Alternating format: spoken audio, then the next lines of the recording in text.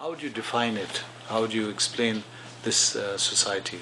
And well, if you want to ask what America is, yeah, I mean, if you're asking what an American is, that to me that's very difficult to define that. If you're asking what America is, I mean, obviously we could talk about many different definitions, but ultimately America is an experiment. It's called the New World because it was an attempt to break from the past. And the founding principles, and that's what's, I think, deeply extraordinary about the American experiment, is that the founding principles so perfectly articulated certain things that still ring universally true.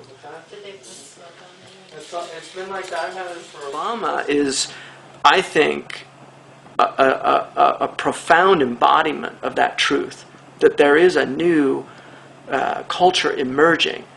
It's a culture where a Luo tribesman from a small little village in Kenya, who grew up herding goats as a little boy, comes to America on a scholarship, marries and impregnates a woman whose son goes on to become president of the United States.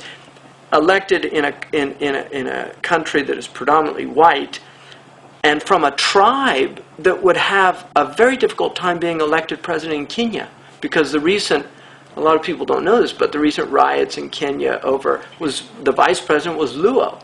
So you know, the Luo tribe is a weak tribe in Kenya.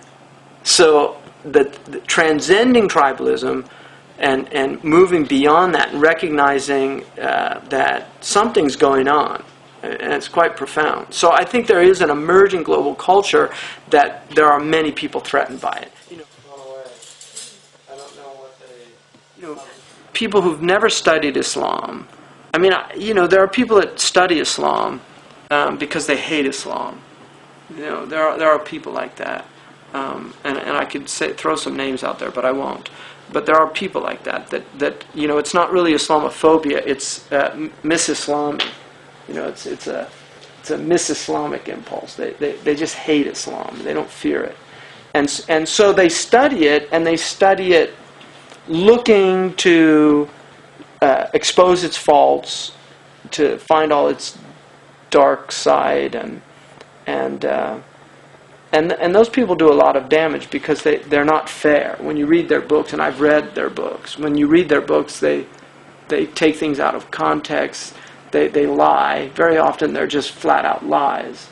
And the Buchanans of the world that are trying to hold on to the death of the West. No, there's a rebirth.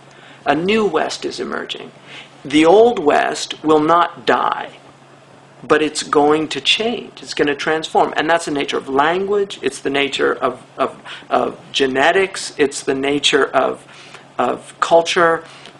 Everything changes. That's the very nature of the world that we're in. And so trying to preserve what is precious from the past and yet relevant in the present to prepare us for the future, those are challenges. For a year. In a lot of ways, the Muslim experience is challenging America, just like many immigrant experiences have in the past.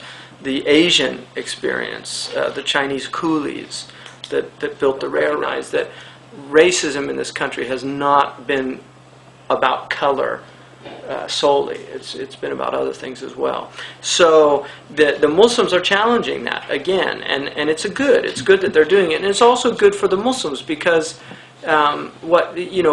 resistance is what makes you stronger. If you want to build your muscles, you have to have resistance.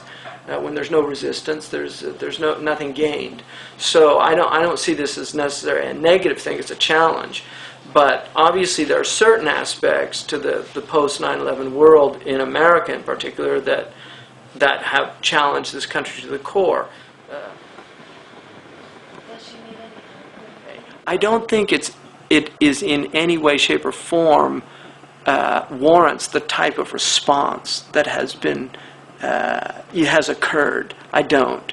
And I would much rather live with the potential of being blown up with my freedoms and civil liberties completely intact. I really would. I would just rather live with that possibility than to enter into this kind of Orwellian type of society where everybody's afraid of a bag being put down. I mean, very impressive collection of books here are these.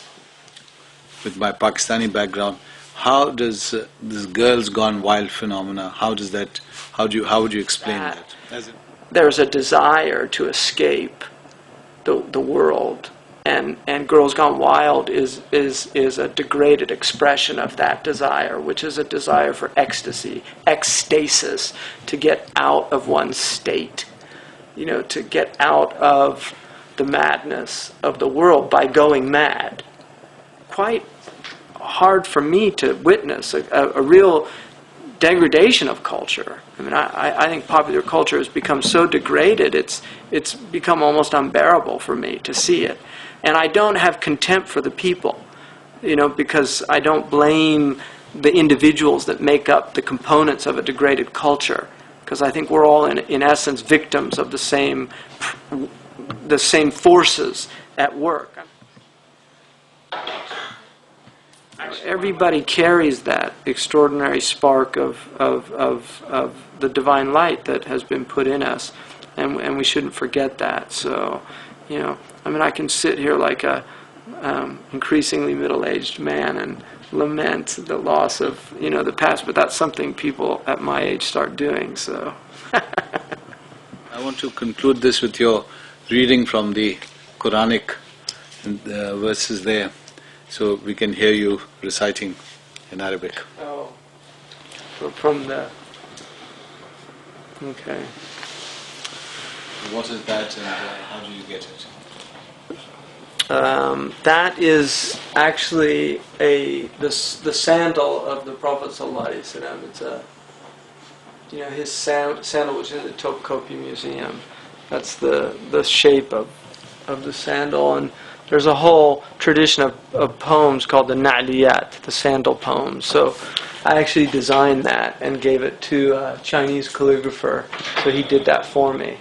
And then it has the verses in the Quran. Bismillah ar-Rahman ar-Rahim. لَقَدْ جَاءَكُمْ رَسُولٌ مِّنْ أَنفُسِكُمْ عَزِيزٌ عَلَيْهِ مَا عَنِتُّمْ حَرِيصٌ عَلَيْكُمْ بِالْمُؤْمِنِينَ رَءُوفٌ رَحِيمٌ إِن تَوَلَّوْا فَقُلْ حَسْبِيَ اللَّهُ لَا إِلَهَ إِلَّا هُوَ عَلَيْهِ تَوَكَّلْتُ وَرَبُّ الْعَرْشِ الْعَظِيمِ, which is, there's come a messenger from among you who's merciful and compassionate towards you, and it grieves him what causes you to suffer.